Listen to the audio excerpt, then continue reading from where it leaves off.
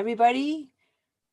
Welcome to the 6th annual ReproSoc public lecture. I'm Sarah Franklin, and I'm the director of the Reproductive Sociology Research Group here at Cambridge. And tonight we're absolutely delighted to be hosting Professor Winddance Twine as our distinguished speaker. And in a minute, Dr. Katharine Dow, the Deputy Director of ReproSoc, will introduce our speaker. But first, I want to give a bit of background to this lecture and also to explain how tonight's event is going to work. So since ReproSoc was founded in 2012, we've seen a huge growth in our field, and I'm very pleased to be able to welcome among our many guests tonight so many people who have played a key role in this expansion. Our ability to build a worldwide network of researchers in this field is in no small part due to the generous funding we've received from so many sources over the past 8 years. We've had grants from the Wellcome Trust, the British Academy, the ERC, the ESRC, the MacArthur Foundation, the Leverhulme Trust, and so many other sources totaling more than £8 million, which have supported more than 50 ReproSoc researchers over the past 8 years, including PhDs, postdocs, lecturers, interns, consultants, and visiting scholars. And in addition to conducting basic research, the ReproSoc team, who are known as the SOCs, have helped to build a thriving postgraduate research training program and also integrating reproduction into the undergraduate curriculum. Many of our conferences and events, including all of our public lectures, are now available online, and these resources have been particularly helpful during lockdown and the movement restrictions. So please do visit our website if you haven't already, where we have lots of things on our YouTube channel as well as the website itself. So none of this is possible without a lot of help. And I want at the outset of our event this evening to thank everyone who's made this lecture and all the other ReproSoc activities possible through their hard work and dedication. And although we can no longer sit around a table sharing nuts and fruit the way we used to do, we have managed nonetheless to build a table in the clouds where we can meet and continue to exchange ideas, work in progress, research findings, and news of developments in our field, and recipes and cake. I want especially to thank Chantal Holland, Lois Gibbs, Yvonne Frankfurth, and Katharine Dow for all their work to keep ReproSoc running smoothly amidst the ongoing disruption that we've experienced over the past year. And I want also to thank Lucy Vandeville, Marcin Smaitana, Katharine Dow, Robert Prelot, Julieta Chaparro-Buitrago, and all the former ReproSoc researchers for their incredible dedication and commitment to this program. You're an amazing team, and I am so lucky to work with you. I want to note on a much sadder note the death of Paul Woodgate, who was one of our main funding liaisons at the Wellcome Trust, who died very recently last week. And we think very fondly of him and send our very sincere regrets to the Wellcome, to his friends and his family. So as the world has changed, we've seen reproduction as a topic move more into the mainstream of sociological research. In studies of race, class, gender, sexuality, migration, nationalism, populism, labor, health, capital, we've seen reproduction become a key word in the Raymond Williams sense, and an increasingly key concept in social thought. And indeed, we're increasingly reminded that reproduction has always, and somewhat paradoxically, been an under-theorized core concept in social thought. And in many ways, the main job of ReproSoc has been redressing this deficit. So tonight we could not have a speaker who's been more centrally involved in all of these shifts. And so without further ado, let me just close by giving you the order of play. So this event is being recorded. And if you have any concerns about a question or a comment that you don't want retained on the digital version of this lecture that we'll post online next week, just let us know and we'll make sure it's edited out. After Katie's introduction, our speaker will give her lecture using PowerPoint. We'll then have a short period of initial discussion between the chair, the speaker, and the moderator, and we'll then begin to take questions from the audience. And you can either raise your hand or put a question in the chat. And if you put a question in the chat, or if you ask a question, your webcam won't be shown unless you unmute yourself and speak, just so you know. We'll do our best to answer as many of your questions as possible before our session closes at 6:30 p.m. So thank you all very much for joining us tonight, and I'll hand it over to you, Katie. Thank you so much, Sarah, and hello everyone. I'm Katie Dow. I'm Deputy Director of ReproSoc, and I'm extremely honoured to be chairing our annual lecture today. And I thought I'd say happy St Andrew's Day to anyone joining us from Scotland as well. I'm also very happy that this online format, while not ideal in many ways, does mean that we're able to welcome more people and from further afield than we would usually expect to come in person to Cambridge. Excuse me. You're all very welcome, and we look forward to your questions after the lecture. So before her lecture, I'd like to say a few words to introduce our wonderful speaker tonight. Winddance Twine is a professor of sociology at UC Santa Barbara. She's an ethnographer, feminist, critical race theorist, and documentary filmmaker.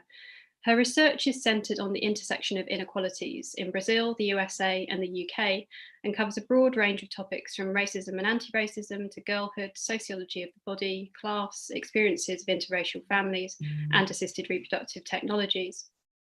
In 2007, she was a distinguished visiting professor in the sociology department at the LSE, following this up with a research fellowship at the Centre for Advanced Studies in Behavioural Sciences at Stanford University. She's also taught and held tenured professorships at Duke University and the University of Washington. And Winddance is a true ethnographer, having done extraordinarily in-depth longitudinal research and always citing her theories and her empirical data, allowing her to build nuanced accounts of the complex intersections between race, class, sexuality, and gender inequality. A particularly well-known concept put forward by Winddance is that of racial literacy, which she explored in her book, A White Side of Black Britain, Interracial Intimacy and Racial Literacy, which is based on 10 years of ethnographic research with interracial families in Leicester here in the UK. And racial literacy describes the strategies and practices which parents of children with African and Caribbean heritage teach their children in order to identify and name racist ideologies and instances of racism, as well as to provide them with anti-racist discursive strategies and resources. And I mention it in particular, given that the research was carried out here in the UK and not too far from Cambridge and Leicester, which, as Winddance says in the book, is an understudied place, although recently it's had much unwanted attention as the city that's been in continuous COVID-19 lockdown since March, but also because of the undeniable salience of this concept today. And this is also perhaps an apt moment to remind you about another project within the sociology department here at Cambridge, End Everyday Racism, which you can find out more about on the department's website. Winddance has several editorial positions and has published widely, including 10 books and over 70 other publications. Her recent books include Outsourcing the Womb, Race, Class and Gestational Surrogacy in a Global Market, Geographies of Privilege and Girls with Guns, Firearms, Feminism and Militarism. And in 2018, she also co-edited a brilliant special issue with Karis Thompson and my colleague Marcin Smetana in Reproductive Biomedicine and Society Online, which was called Making and Breaking Families, Reading Queer Reproduction, Stratified Reproduction and Reproductive Justice Together. And she's now currently working on several publications about race, gender, and power in Silicon Valley, which sounds incredibly timely and fascinating. So on behalf of ReproSoc and myself, we're truly delighted to welcome Winddance to give the 6th ReproSoc annual lecture. The title of her lecture is The Afterlife of Eugenics, Incarcerated Women and the Fertility Continuum. Welcome, Winddance. Wow. Well, first, thank you, Katie, for that introduction. I'd like to begin by thanking Sarah Franklin for inviting me to participate in this, to give this lecture. I so wish I were there with you in person, and I look forward to someday coming over to the other side. And I also want to thank Marcin Smetana. Marcin and I are currently collaborating on a project, and it's Marcin and Karis Thompson who really have inspired me to continue working on this issue. And I've recently started to rethink eugenics, because right now I think we're in a period that some would call the new eugenics. And that's what I want to talk about today.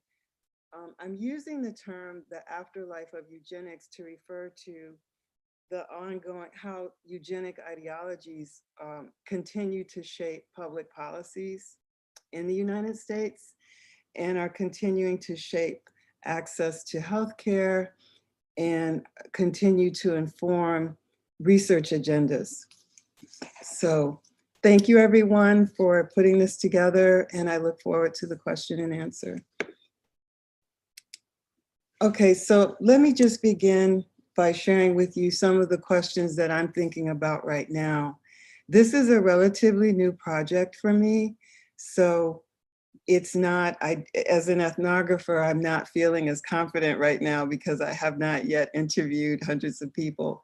But there's been a long history of state-sanctioned sterilization in the US, and I would like to bring that body of literature, mainly by historians and people who work in public health, into conversation with mass incarceration and with the literature by critical race scholars. There have been a number of scholars, including Angela Davis and others, who talked about prison abolitionism and why we need to rethink incarceration. Nevertheless, the United States continues to incarcerate a large segment of our population, and Blacks and Latinos and Native Americans and impoverished women are overrepresented in our prison system. And this is a continuation of forms of state violence that began during the founding of this country. So I want to basically bring into conversation segregated bodies of literature. So there's a body of literature in criminology and that looks at just how we deal with incarceration. There's another body of literature in public health that focuses on maternal and child health. And then there's another body of literature on race and state violence and incarceration, but they're not always in conversation. So one of the things that I'm trying to do in this project is bring together these segregated bodies of literature. Okay, so let's begin. So the background for today's lecture is mass incarceration. So some of you are familiar with the work, with the book, The New Jim Crow, which is about 10 years old now.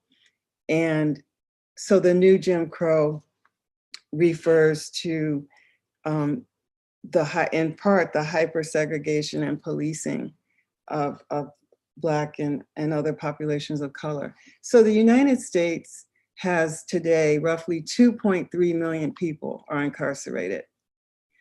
So along with Russia and South Africa, we have kind of the largest incarcerated population. And as you can see, now women, are comprise a much smaller segment of the incarcerated population, but they're also the fastest growing segment right now. So women of childbearing age are the fastest growing segment of the US incarcerated population. And when I say incarceration, I'm referring to people in different types of institutions. So we have state prisons, local jails. We also have jails that in what's called Indian Territory, which is areas where Native Americans live. So you can see here from this chart kind of the distribution. The majority of women are in local jails. And the important thing to remember about local jails is most of the people in local jails have not been convicted of any crime. So you have a large number of women of childbearing age in local jails, and they have not yet been convicted of anything. Okay, I'm sorry about this. So, as I said, nearly half of incarcerated women are in jail. And, you know, a significant percentage of women in jails are in jails for poverty crimes, substance abuse. About 80% of women who are incarcerated are mothers. We also have women in prison who basically have engaged in property crimes due to poverty. So if we look at the jail population, we see a lot of people who are basically suffering from poverty, economic, they're victims of economic inequality and a lot of nonviolent crimes. Okay. This is important because incarceration is just one piece of a larger system, meaning even though we have 2.3 million people incarcerated, look at how many people are on probation. And then another 840,000 on parole. What that means is you have a really significant population that is under some form of court supervision, right? So it doesn't end when you leave prison. And you can end up back in jail or state prison for minor technical violations. And I'll give you an example of a friend of mine, the brother of a close friend of mine, who ended up back in prison for having a beer at a cafe, because part of his parole was you can't consume alcohol in public. So that gives you an example, right, of how, it's set up. It's really difficult once you get into the correctional system to get out of it. Okay, now I want to talk a little bit about the histories of the eugenics movement in the 20th century. So in the eugenics began in the late 19th century in the UK. And in both the United States and Britain, eugenicists unified social radicals and conservatives, and it became popular among white, middle-class, educated people, including many luminaries, such as Nikola Tesla, George Bernard Shaw, Emma Goldman. And the period when eugenics became part of public policy in the United States, it was part of the progressive era, right? So this was a period when people were trying to figure out how to deal with poverty. And so it's a very sort of complicated issue, because a lot of the people who started to support eugenics policies considered themselves progressives, right? And they considered themselves kind of concerned with the poor. The first eugenics legislation was passed in 1907 in Indiana. And it's important to note that this predated the Nazi regime, right? So the United States was the first country in the world to actually pass eugenics legislation. And Wyoming was second, and California was the third state to pass eugenics laws in 1909. And those laws in California were on the books until 1979, okay? So that's 70 years. Now, one of the things that's very troubling and horrific about the eugenics legislation in the United States is that although it initially was set up to control the reproduction of people who were considered feeble-minded and who were institutionalized in asylums or mental hospitals, it slowly expanded. The categories of people who could be involuntarily sterilized because they were deemed unfit, it expanded, right? So it began with people institutionalized in mental hospitals. And then it slowly expanded to men and women in prison, women who were unmarried women who were considered transgressive in their sexual behavior, women who had been raped as adolescents and got pregnant but were unmarried could be sent by their guardians. You know, they could end up in detention centers simply for what we would today consider to be a gender transgression, right? So you had, basically there were a lot of different ways that you could end up in a state institution. And once you ended up in that state institution, if you engaged in any behavior that was defined as morally suspect, you were eligible, right, to be sterilized, okay? So although we no longer have state-sanctioned eugenics legislation, we still have a number of ideologies and practices from that period that shape the experiences of men and women.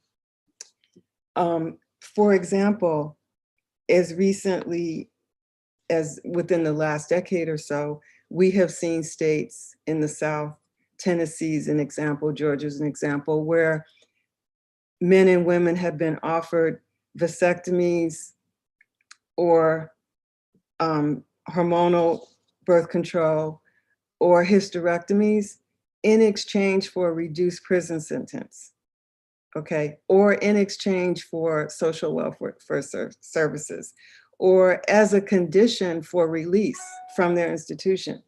That's really, what that tells you is there's still this ideology of some people are fit to reproduce, right? Or to be a parent and others aren't. So this is still happening even though it's no longer legal. And one example that I want to give you is called structural infertility. So when I talk about the new eugenics, an example would be what was happening as recently as 2013 in the state of California. So in California, it became illegal to sterilize someone without their consent in 1979. But we now know, due to a Center for Investigative Reporting, that women were being sterilized without informed consent between 2006 and 2013. And what's interesting about this is that we see continuities from the 20th century, meaning in the state of California, the women most likely to be sterilized were Spanish-speaking and or bilingual Latinas or Black women, right? These were the women most likely. So depending on the region of the US, different women would be targeted for this.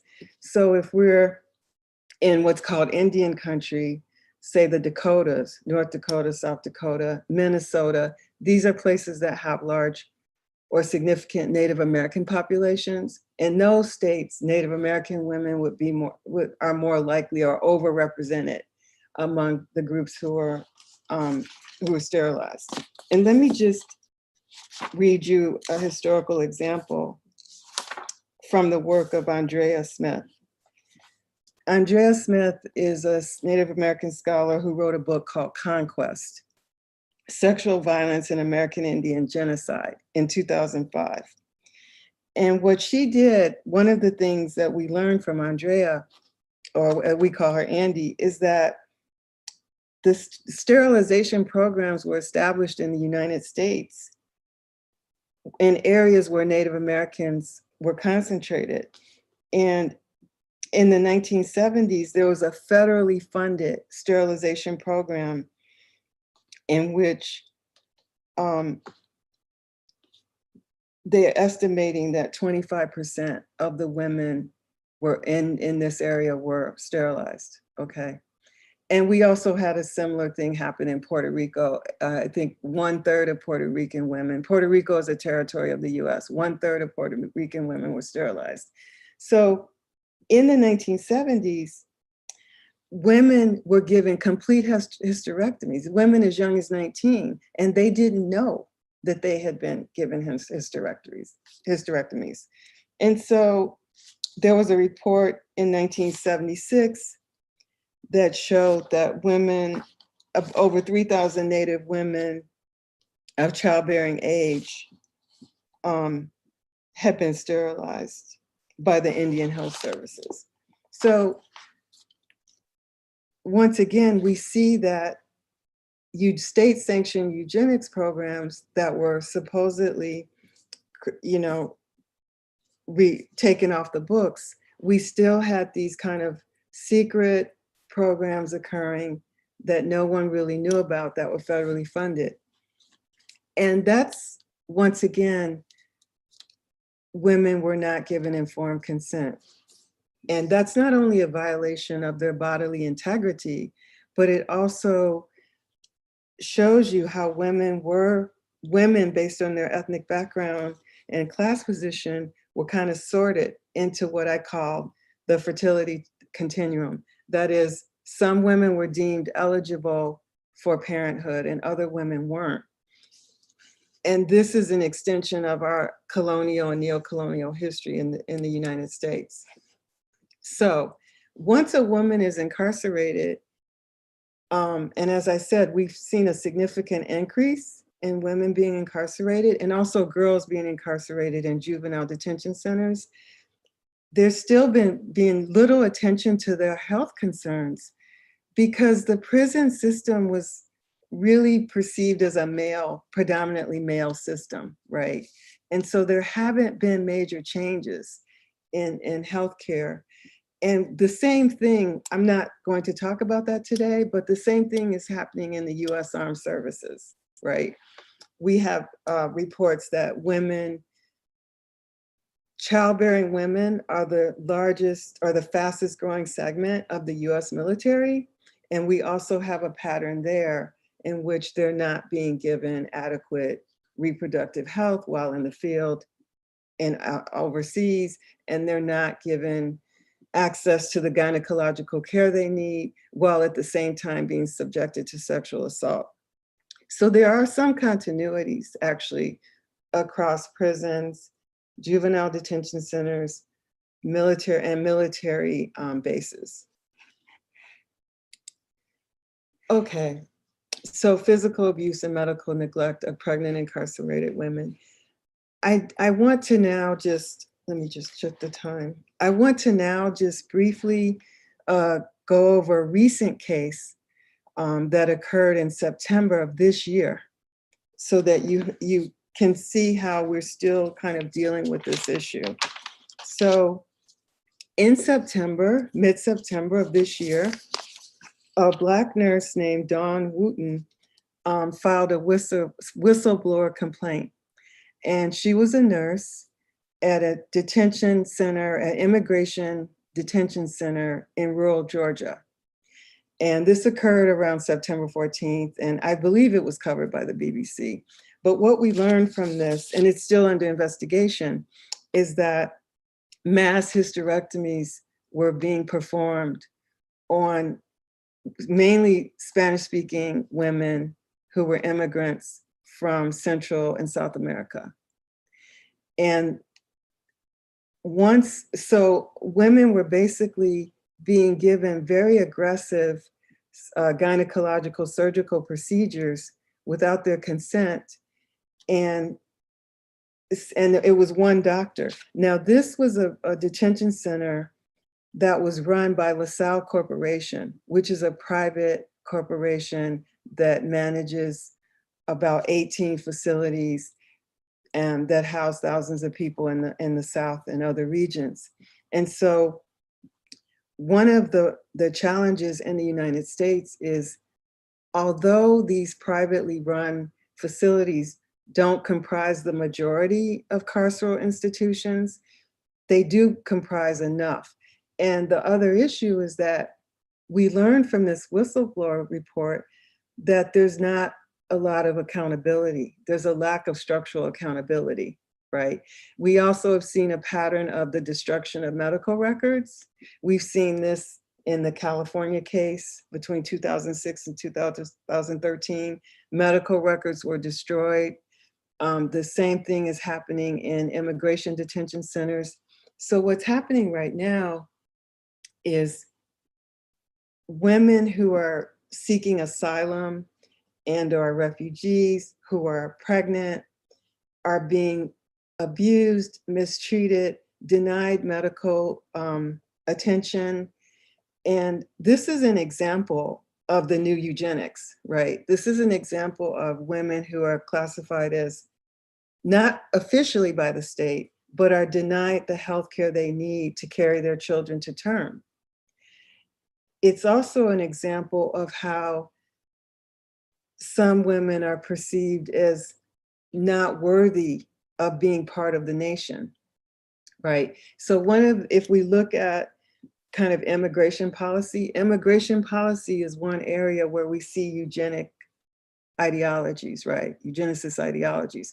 We saw this same ideology at the turn in the early 20th century when we had this overt discrimination against Southern and Eastern Europeans and against Jews and Catholics. We saw that in the 1924 Immigration Act, right? Which drastically reduced the number of immigrants from Southern and Eastern Europe. So today, the way that people from Muslim countries or people immigrating or migrating from Latin America or Central America, they're essentially being treated in a similar way as Europeans were in a previous century. You know, they're being treated as it's kind of culturally and racially inferior to Anglo-Saxons. And in this case, we now have these immigration detention centers, which are out, and the federal government is sort of outsourcing the medical care,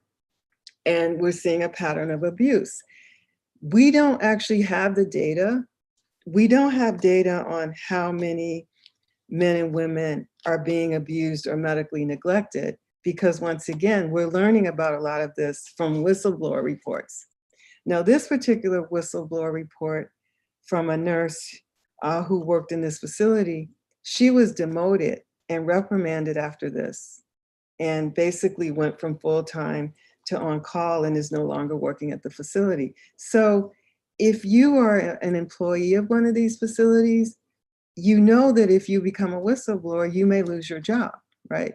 So there are not a lot of incentives for employees or medical officials to come forward. So I argue that a fertility continuum sorts women into a global reproductive caste system. Now, I'm employing this term to refer to a system that involves both ideologies and practices and institutions, a range of institutions that have incentives to control the population and restrict the fertility of a large group of women. Some of these women are immigrant, some are impoverished women of diverse backgrounds, others are unmarried. The unmarried category is very important because if we think about the category in the US called unmarried mother or pregnant teenage mother, that's being married gets you out of the state surveillance, right? So if you're 15 or 16 and you live in Utah and you get married, I saw this when I was starting to do research in the Mormon community. you're not in the statistics because you're married, right? So marriage is a status that conveys respectability. So in that sense, that's continuous from the 19th and 20th century, right? Because the concept of juvenile delinquency and girls who ended up being sent to institutions, a lot of the issue was that they were sexually active and not married, right? So the fertility continuum is something that we can see operating in terms of how girls and young and women are treated if they're viewed as not respectable. Because respectability has always been a central, been one of the criterion for ending up incarcerated or sent to an institution. So Rachel Roth and Sarah Ainsworth wrote an article that was published in 2015 in which they were looking at the issue of incarceration and inequality. And it raises some questions that I consider to be a paradox. And that is, when you're talking about the prison environment, which is coercive by nature, how do you provide contraception for those women who want it, right? Right. One of the tensions is that sterilization is a form of contraception that some women choose because they are either poor, they can't, or they have difficulty negotiating with if they are heterosexual, they have difficulty negotiating the use of contraception with their partner, right? So one of the tensions that we see is, how do you provide reproductive care in an accountable manner in an institution that's coercive and where the accountability structure has not been reliable, right? That's still a question that we have to kind of struggle with, because sterilization is seen as kind of an easy, cheap way of controlling reproduction. And some women choose it without, sorry about that, without being informed of the long-term consequences. So that's a recurring issue in some of the literature that we see in terms of how women in prison are coping with their reproductive health care. Now, the issue of reproductive justice, as Sarah Franklin said in introducing this series, is central to any study of the healthcare system for incarcerated women. Reproductive justice is central to not only their mental health care, but the intergenerational transfer of trauma. So one of the things that we see if we read the literature that's coming out of this body of work on incarceration and criminalization in the public health sphere is that a majority of the women who enter prison or jails have either mental illness, have been physically or sexually abused. About 80% have been physically or sexually abused and have a lot of health problems. But you can't really disentangle or separate those from their reproductive health care, right? So you have a number of women who are entering with health problems that aren't adequately dealt with. And so reproductive justice is sort of intertwined with all of the other emotional and physical trauma that they're dealing with. And what happens is, once they leave these institutions, they still have that trauma, and it affects their relationships with their family, with their children. So one of the challenges that I'm really interested and concerned with is the intergenerational transmission of reproductive trauma. And how can that be measured? What are some of the metrics we can look at, especially in a society like the United States, which is really set up as a punitive system in terms of, like, you don't have access to adequate healthcare if you're poor. We have a very punitive healthcare system, right? even for people who have health insurance, it's set up to deny coverage.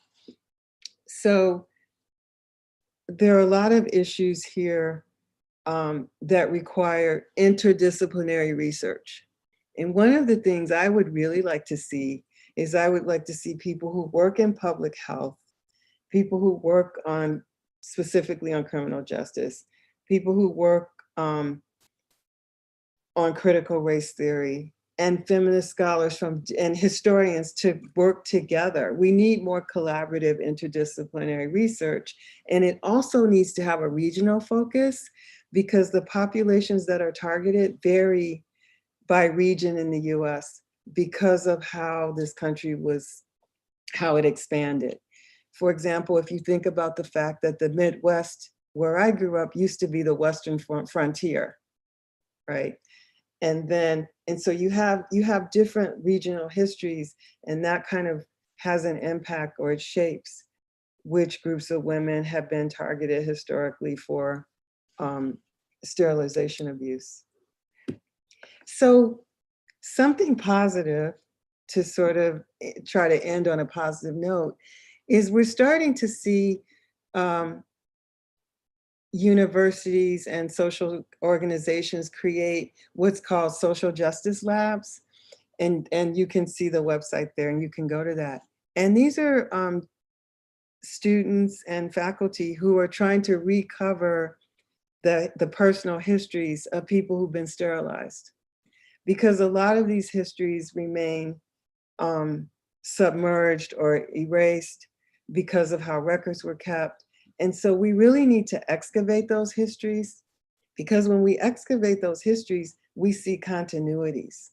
We see continuities and change, but we actually don't even know the full history of sterilization abuse because we don't have a federal database or a national database, you know that. And so we have a lot of missing information. So I'm very excited about these new sterilization and social justice labs that are emerging.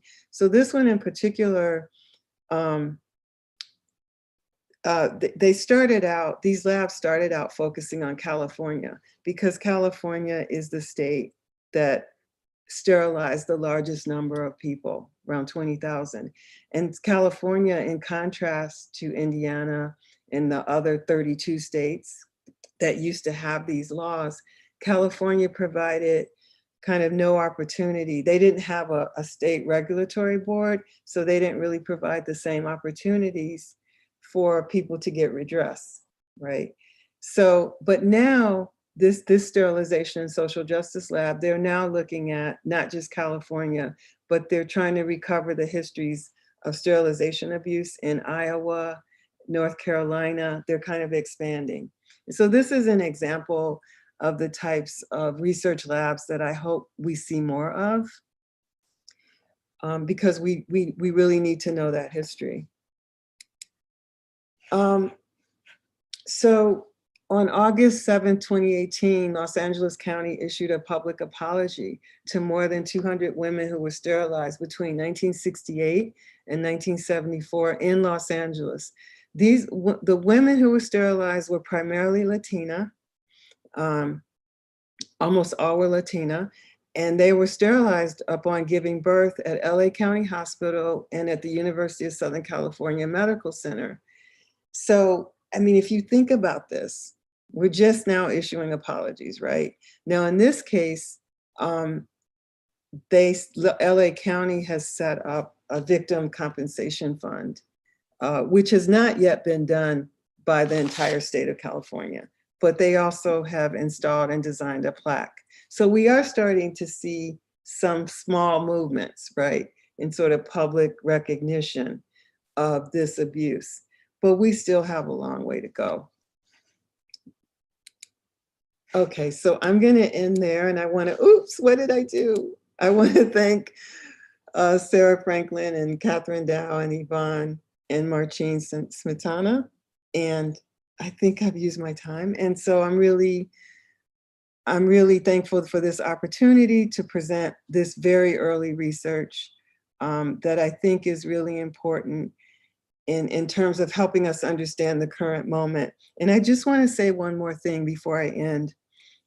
Some of you may or may not know that the university that trained me, UC Berkeley, had a eugenic fund. And this eugenics fund, I just want to say a few things about it.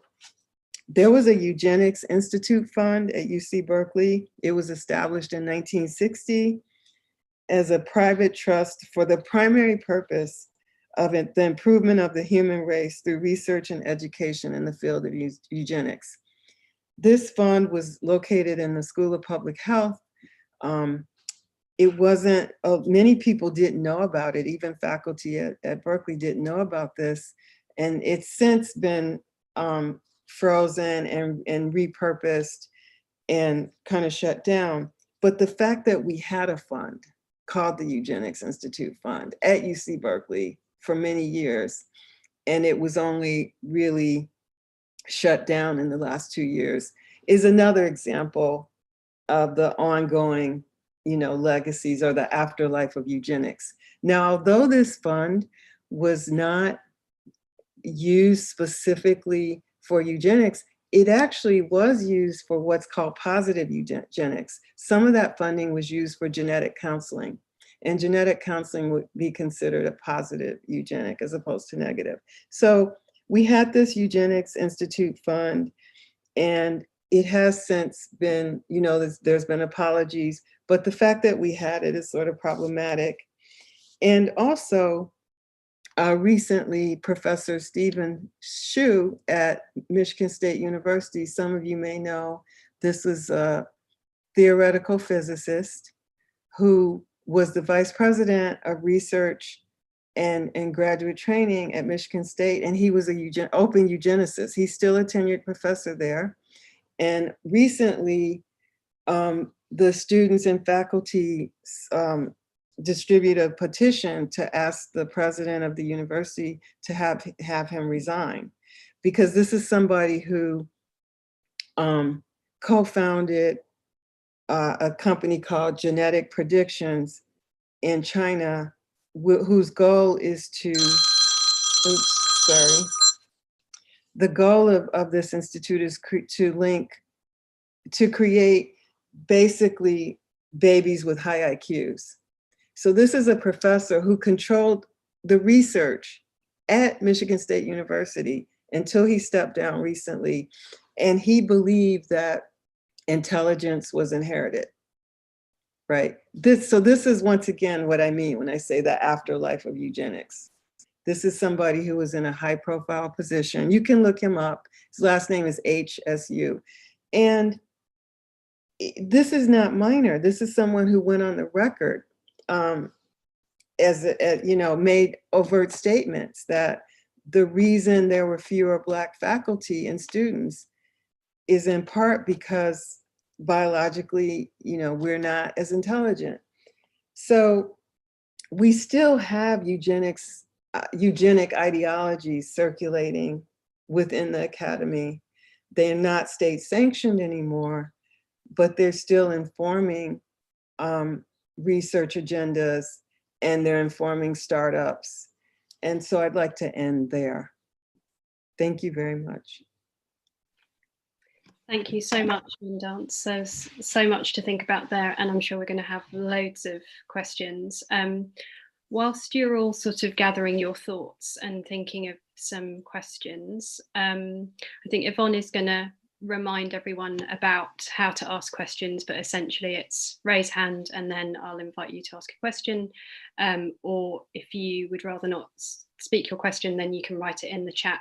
But before we sort of get going, I'd like to invite Sarah maybe to ask a first question or have a response. Thanks so much, Katie, and thank you so much for that amazing lecture with so many pointers of where the study of reproduction needs to go, and such a coherent reminder of how central it is to the exercise of state power. And, Angela Davis, one of her famous one of her famous claims and starting points is that, you know, one of the best place from which to understand the logics of state power is from behind bars. And from that point of view, it's really, really clear how the control of reproduction is so centrally a part of other kinds of control, racialized forms of control, sexualized forms of control, forms of control related to gender, to immigration. You know, at the same time, one of the strange things is how invisible and almost secretive, you know, that history has been. And you know, big theme of your talk has been the lack of documentation, the almost hidden nature of, well, the hidden nature of so much of this. And I just want to maybe start by asking you about, you know, your own project, which is clearly such an important project to redress that absence. And can you just maybe tell us a little bit more about how you will be analyzing this and maybe just a little bit more? I know it's a very big question, sorry, but where you'll be taking your project from here. Thank you, Sarah, for that question. I would like to actually set up a lab, a collaborative lab where students, and sort of something similar to what Brian Stevenson has set up in his project on lynching. And some of you may be familiar with Brian Stevenson. There was a film based on his life called Just Mercy. I would like to be part of, I'd like to kind of create a lab, an interdisciplinary group of students and faculty, not just based here at University of California, Santa Barbara, but where we do that kind of historical research. I think this is a really big project, and it requires a lot of people collaborating, because not only because of the hidden nature, but because so many institutions were involved, right? So many institutions were involved, and 32 states were involved. I mean, when this started, we didn't have 50 states. I think we only had probably 40 states at the time that this started, but there's so many states involved. And so it would really, my fantasy is, it would be to kind of get people in the legal profession, historians, sociologists, public health people to apply for funding. And like, I would love to get a grant. I have a grant right now, a $250,000 grant, but it's for race and immigration. And it's basically a grant that I co-wrote with some colleagues who are, one is an artist, one's in film and media. But I'd like to apply for a grant that would allow us to create a digital archive. And so I believe the Andrew Mellon Foundation now has a grant available. It's mainly for humanities, social sciences, and it's called Digital Extension Grant. So I would like to, over the next year or so, apply for a digital extension grant that would enable me, and you know, I'm talking about maybe trying to get $150,000, which would be a start, and to kind of start putting together a project that would not belong to me or any one institution, right? But would be something that people could contribute to, and not just in the US, the Americas. This is not just a US problem, right? But so my fantasy, Sarah, is to try to work on creating a digital archive that different people could contribute to.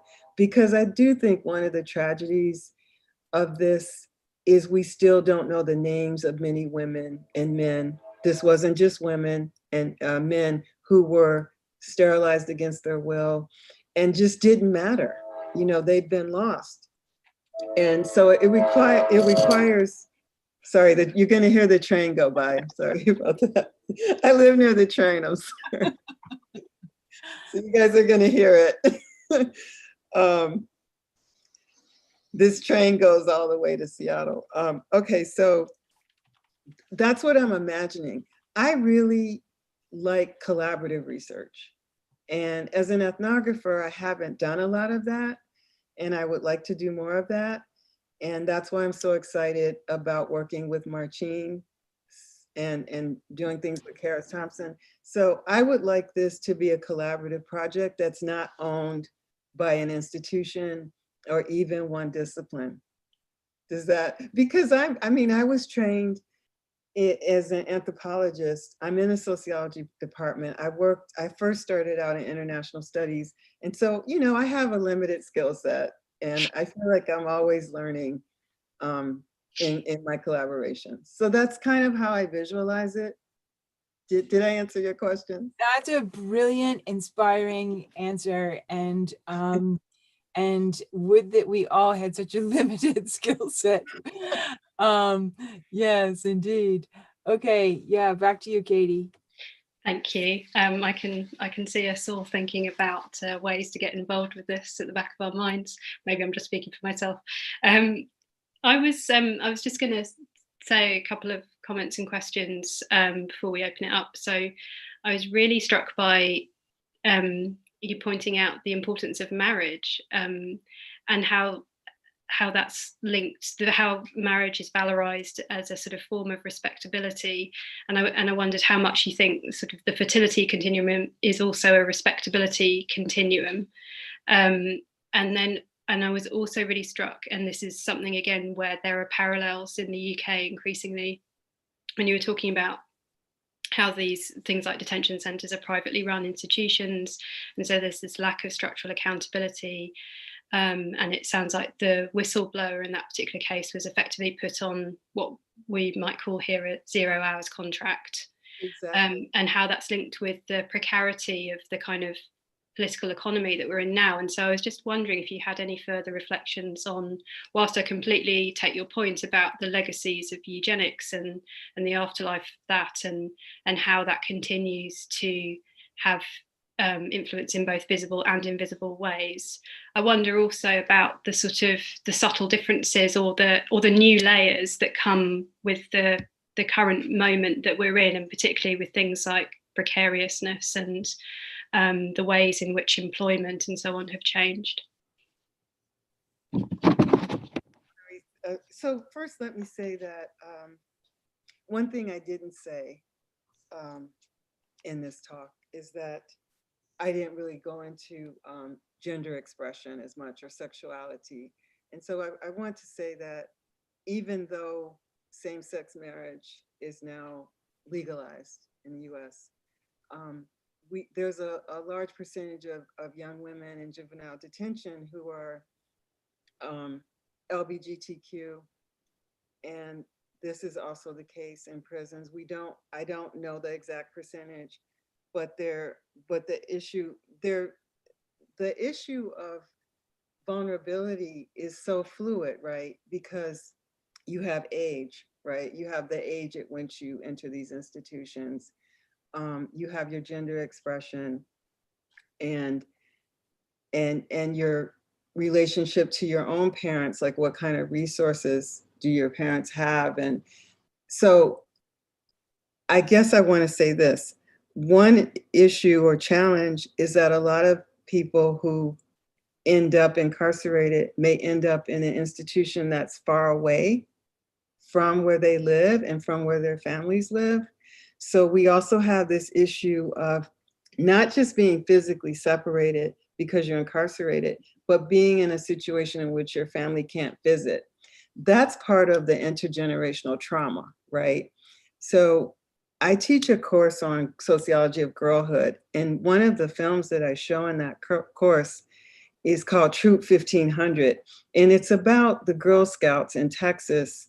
They created a program for daughters whose mothers are incarcerated, right? And I mention that because when you look at mother-daughter, father-son, just parental relationships, I think we really have to take seriously the trauma that the entire family experiences, right?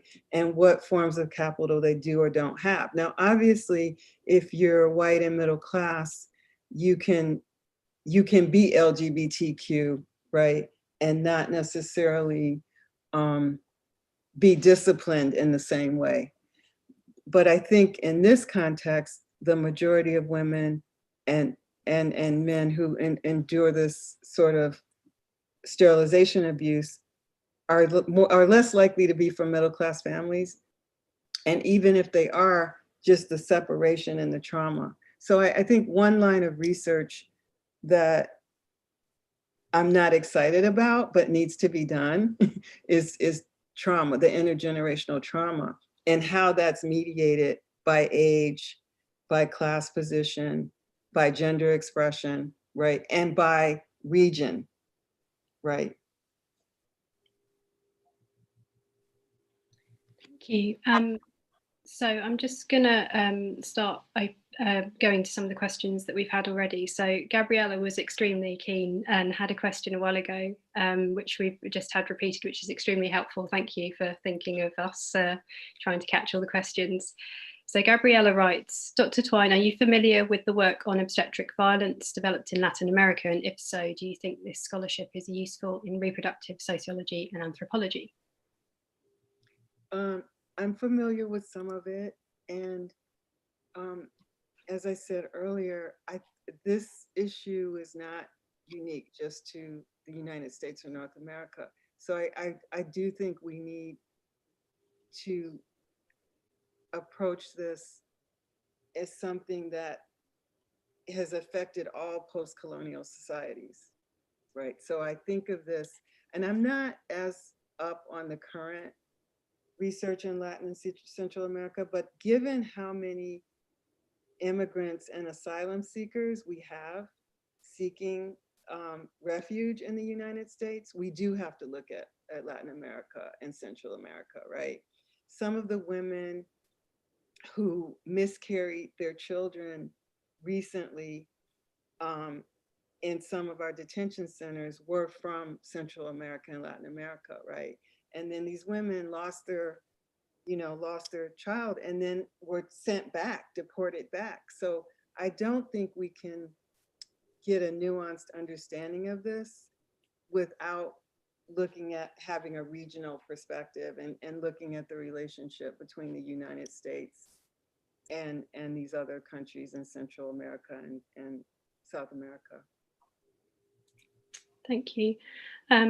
So Chloe, I know you've got your hand up and you've had it up for a while, but we have a question from Balaji, and I'm sorry if I've mispronounced your name, which is quite similar. So I thought I might just quickly mention it, which says, many thanks for your amazing work and also for considering putting together a global lab on the study of eugenics and race. I wonder whether you've considered or welcomed studies on eugenics in Central and Eastern Europe, and if it's at all related to your work. I haven't given sufficient thought to Eastern and Central Europe. I think I'm right now so overwhelmed with the abuses here that, and with the abuses in the Americas, that I haven't. But as I said earlier, I think it could be a productive collaboration. I mean, women across the world are dealing with fighting for reproductive control over their bodies. But I have not given Europe, or at least Eastern and Central Europe, much thought right now, because I feel that there's so much I don't know about the Americas. Thank you. Spoken like a true ethnographer. Okay, Chloe, it's your chance. So I think I can unmute you. Yeah, please go ahead. Hi, everybody. First, I just want to say thank you so much for such a wonderful and fascinating lecture. It got me so excited. So that's why my hand like shot up. So I really appreciate everyone letting me jump to the front of the queue like this. And so I just want to say, my name is Chloe. I'm a graduate student at Yale University, and I'm a second year in the sociology program, in the PhD program in women, gender, and sexuality studies. But I really am indebted to ReproSoc because I was an MPhil student where I got my master's at ReproSoc, and Sarah Franklin was my wonderful advisor.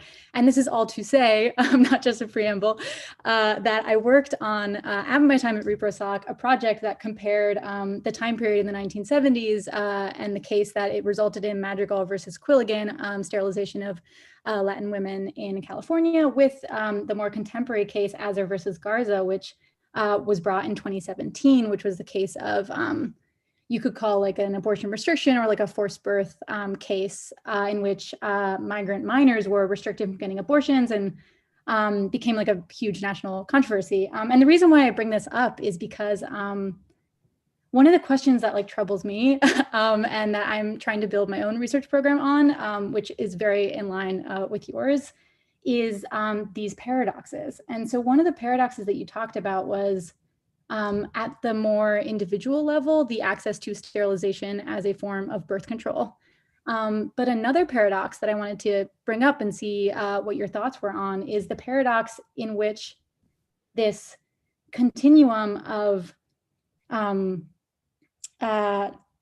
this continuum that you're identifying sometimes seems to like fold in on itself. Meaning that if you look at the continuum, on the one hand, you will have like those deemed unfit to reproduce or demonized bad, and certain kinds of like practices like sterilization.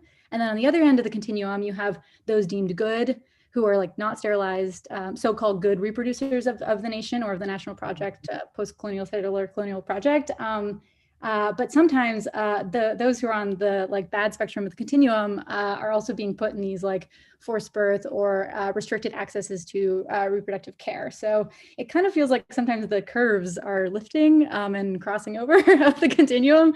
And I'm not sure always how to theorize these things, whether as like outlier cases or as part of the like many contradictions of reproductive violence and abuse.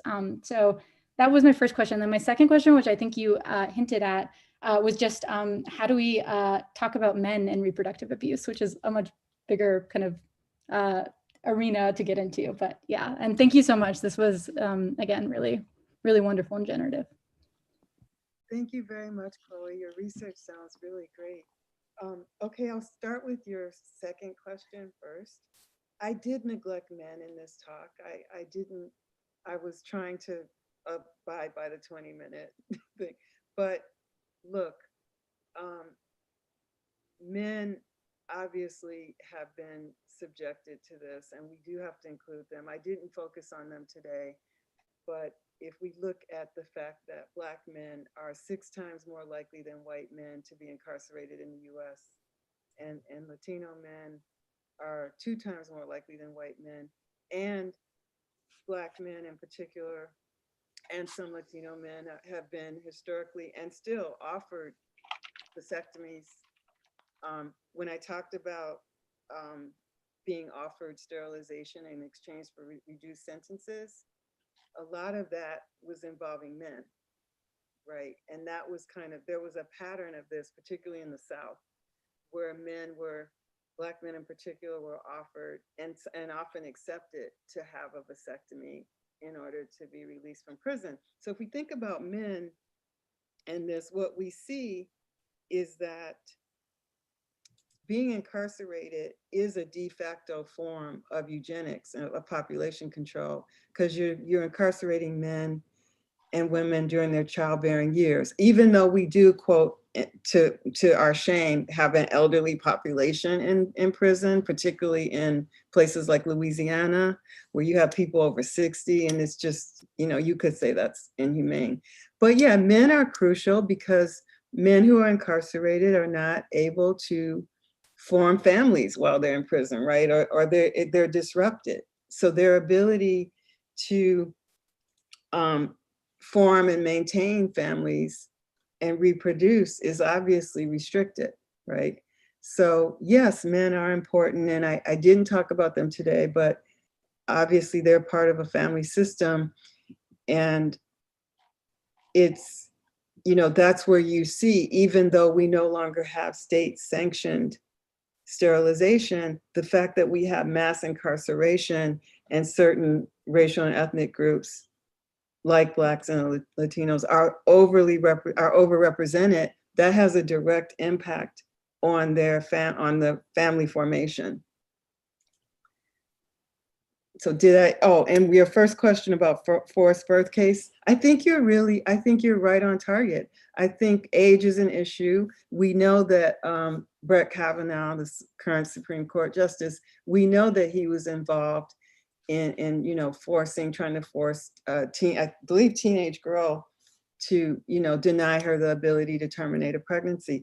I think age is an issue. And I think when you said the fertility continuum folds upon itself, I think that happens in part because even though we do have these legacies of eugenics, there's also an investment in controlling women's bodies, right? And basically denying that control. So sometimes that control is expressed through a denial of the right to terminate or decide when you're going to carry a pregnancy to term, right? So you're right, there is this tension, but it is still part of at what point and who decides what you can do with your body. The issue of bodily autonomy and bodily integrity unifies that, right? Thank you. So we've got 3 more questions in the chat, and I also just wanted to say thank you to people who are sharing some suggestions for reading, particularly Sarah and Karis seem to be all over that, so thank you. So our next question is from Anandita, who was our annual lecturer last year, so welcome back, Anandita. And she says, thank you for this wonderful lecture. I wanted to ask Professor Twine if there is a difference between the kind of structural and symbolic violence or meaning that sterilizations occupy versus hysterectomies.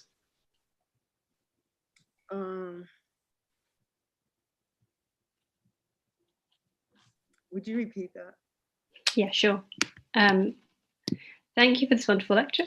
I wanted to ask Professor Twine if there is a difference between the kind of structural and symbolic violence / meaning that sterilizations occupy versus hysterectomies. Okay. Well, so hysterectomies are a form of sterilization. I think part of the symbolic violence is just not having access to information, not being treated as someone capable of making reproductive decisions for yourself, right? But hysterectomies are a form of sterilization. I think that the symbolic violence, it permeates the entire kind of healthcare process that incarcerated women and men experience, right? So the fact that you have to specifically request medical help instead of like having someone check in weekly, especially if you're pregnant, for example, or you're childbearing age, you don't have regular access to healthcare. You have to request it and demand it and request it over and over again. That's a form of symbolic violence, right? Just sort of the interactional culture. And so much of this violence is not symbolic, right? So much of it is not symbolic at all. It's literally how your body is managed and handled. So there's not a lot of symbolic violence going on in these prisons. A lot of it is really direct violation of your bodily integrity on a daily basis. And we know, those of you who've studied law know that the Supreme Court has not ruled in favor of the bodily integrity in many cases of people who are incarcerated. So I would say symbolic violence would be great, actually, compared to the actual physical violence that women and men are experiencing every day. I mean, being shackled around your waist when you're pregnant, being shackled at all for pregnant women. So it's not really symbolic. Most of it isn't symbolic once you're incarcerated. Okay, our next question is from Ella, who says, thank you so much for the talk, Dr. Twine. You spoke to this a bit in addressing LGBTQ plus being policed and imprisoned, but I'm wondering if there is any work being done on how reproductive control is imposed on incarcerated, transgender or non-conforming people, or how you see this playing a role in your future research. Do you want me to read that again? No, I got it. Okay. Thank you so much. Thank you for that question. You know, one of the problems or challenges that we face in research like this is, you know, we have 50 states, right? And each state has its own laws, right? So because we're a federal system, we have states' rights. So the issue of transgendered people is complicated because I think in some states, like California, there's a little more sensitivity, right? There's a little so I think the local environment matters. I think that the situation of incarcerated transgendered people is a good place to look at how individuals who are deemed transgressive, right? How they're sort of on the front lines of certain types of abuse, right? And that's another area where we really need more research, right? But it's also a good place to look because we can see clearly the enforcement of heteronormativity in some cases, and of gendered discipline. So yeah, I think that we have to look at the transgender experience. And I think it's the amount of violence. I mean, one big issue that I would like to know more about or understand is how decisions are made if someone, say a male, I had a former student who's a female to male transgender, how decisions are made about what kind of carceral environment they're put in, right? And we know that there's a lot of routinized sexual assault in prisons. I mean, it's so routine that it's, you know, you watch a police procedural and they joke about it, right? So I think if we look at sexual violence and we look at how people are assigned to specific prisons, that's one way to look at how we can fight for the civil rights of transgender people, because often they don't have the right to determine whether they go into a male or female prison because we have such a binary, right? And also part of the way that transgender people are punished and violated is by not allowing them to determine whether they're incarcerated, right, in a male or female setting. So I think that's like its own project. And I think that it's very important if we look at the issue of sexual violence and gender policing. Thank you.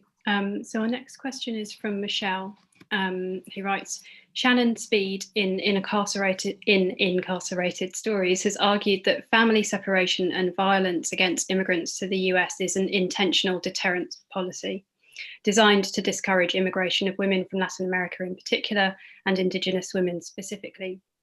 Do you see sterilization in immigration centres as a similar deterrence policy and or more closely related to larger eugenics ideologies? I guess right now I see it as more related to larger eugenic ideologies. I mean, it's complicated, but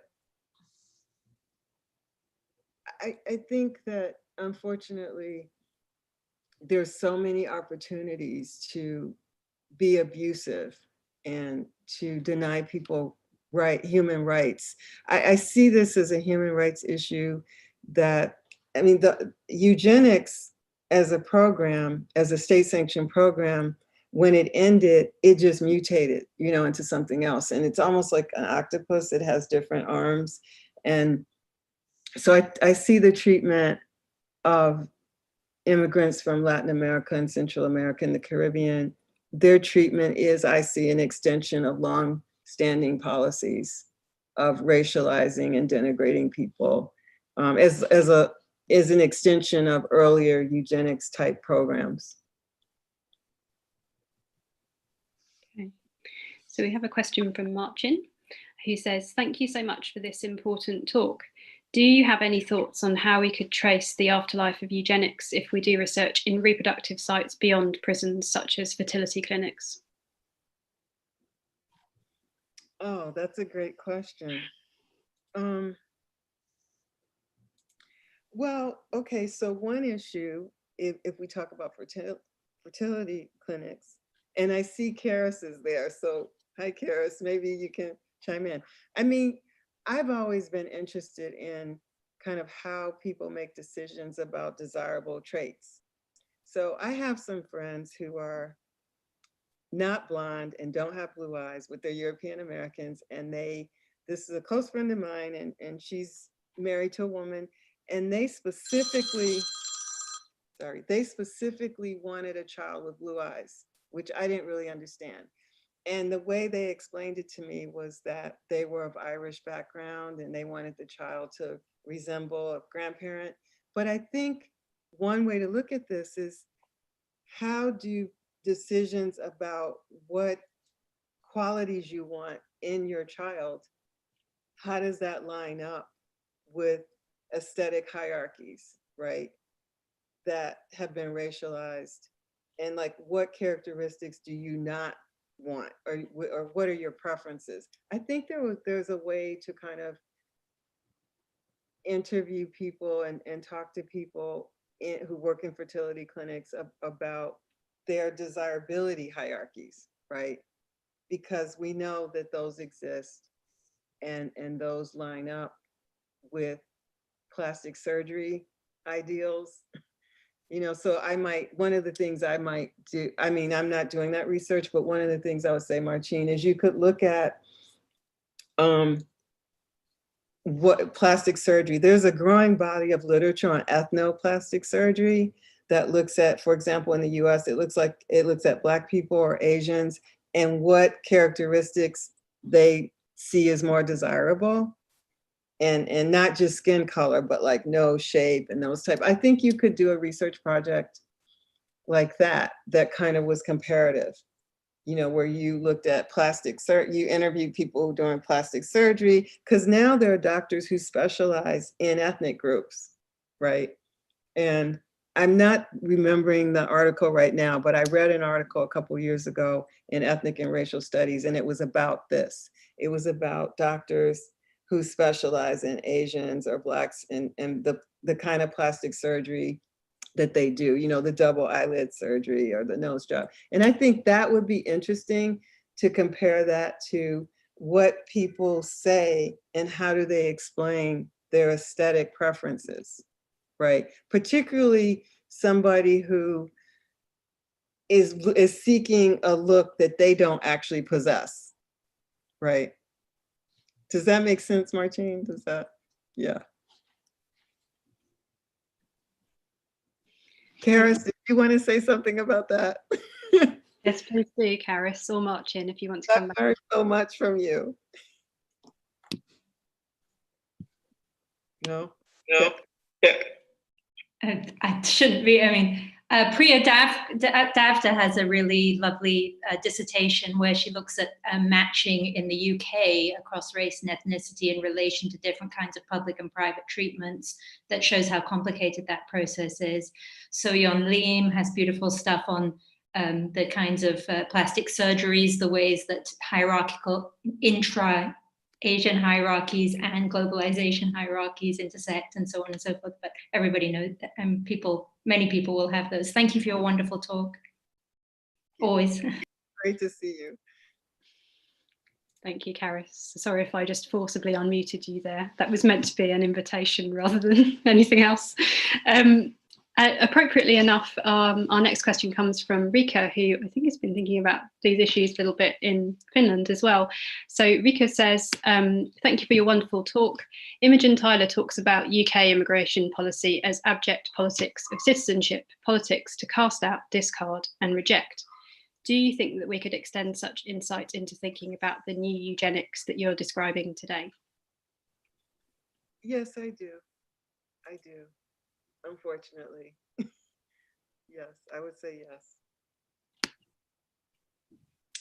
I mean, it's my hope that, this is not a talk I've given before. It's my hope that people will interrogate and challenge me on what the new eugenics is. But I do think we have a new eugenics. And, one of my dissertation advisors was Troy Duster, who wrote this book many years ago called Backdoor to Eugenics. But I do think that we're in a very troubled time right now, because on the one hand, we have all of these medical technologies and gene editing. And so we have the ability, especially with gene editing, to make decisions that couldn't be made in the past. And yet we still have in many places in the Americas, a racialized caste system. I mean, it's class inflected, and so we have as human beings, we have these technologies that we can deploy, right, in ways that are eugenicist. And we do have to really have to have a tough conversation about the issue of choice, and what that means. And I think this also kind of could be in dialogue with the disability rights movement. There's that whole discourse about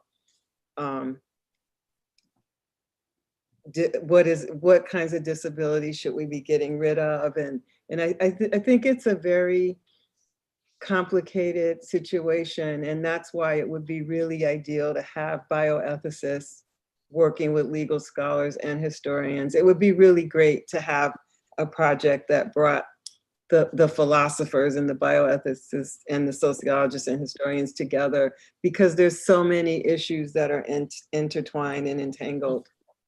And obviously, this is occurring at a time where we have mass inequality, income inequality, all sorts of inequalities, and climate change is also, and environmental degradation is also affecting people's sperm count. And, we have a lot of issues that we need a nuanced interdisciplinary analysis of. That's an extremely apt thing to end on. So we're just reaching 6:30. So I'd just like to say thank you again so much, Winddance, for such a stimulating talk, and thank you all for coming even. And we hope to see you at our next annual lecture next year. Maybe it'll be in person, hopefully. Yeah, thank you also to Yvonne and Joe, Marcin and Sarah, and everyone else who's been working behind the scenes too. Well, I give everyone a hug, and I'm so sorry we're not in there in person. I really want to give Karis a hug. And